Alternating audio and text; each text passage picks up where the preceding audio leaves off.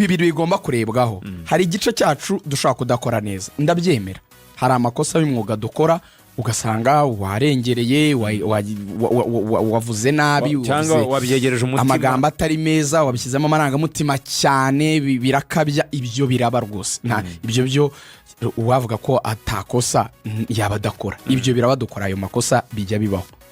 Ariko kandi niba impamvu kudutwikira kandi ngo abakora ayo makosa ngo bahere kuri icyo ngo kuko umunyamakuru namurega ngo none ngo ngiye kumwitunira ngo nzajya nkora amakosa namvuga murege. Ntago bishoboka. Turi mu gihugu kigendera ku mategeko. Niba hari departement ifite ikibazo ya arbitrage aragifite. Bose twabihakana ubwo abo bahagaritswe nitwe twabahagaritse.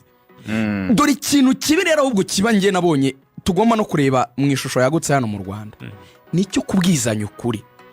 Sinzi iki kintu cyavuye cyo kuba abantu badashaka kuvuga ikintu mu izina ryacyo. Ukuri abantu ntibashaka kukuvuga. Mu matamatama hagati muri karitsiye bavuga ikibazo, none wowe wakivuga wagishyira habona ugahinduka ikibazo. None abayobozi bano makipe bose, aya makipe yose y'i Kigali, iyo muri gusohoka muri kuri stade arakurura ku modoka gusharuka ngo muzatuvuga ngo ibintu by'abasifuzi ngo ibintu ngo rwose ngo birarambiranye ngo ibikini ngo match kuko ngo ikipe ngo abayiteguye ngo ibintu ngo bizashoboka gute ngo amafaranga abantu bashoye ngo ibikini ntatatse birabaye.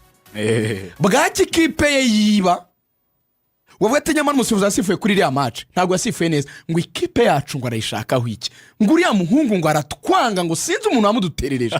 Nukibaza ni gute tudashobora kugirana ikintu cyo kwemeranya ko dufite ikibazo twese nk'abantu bari mu mupira, twebwe media, abayobora umupira, abo basifuzi, abakwiye gushora mu mupira, twese nka sector ngo twemeranye ikibazo dufite dushake igisubizo. Neze tuzicara ahantu twese twitana ba mwana hanyuma bizakemurwa nande?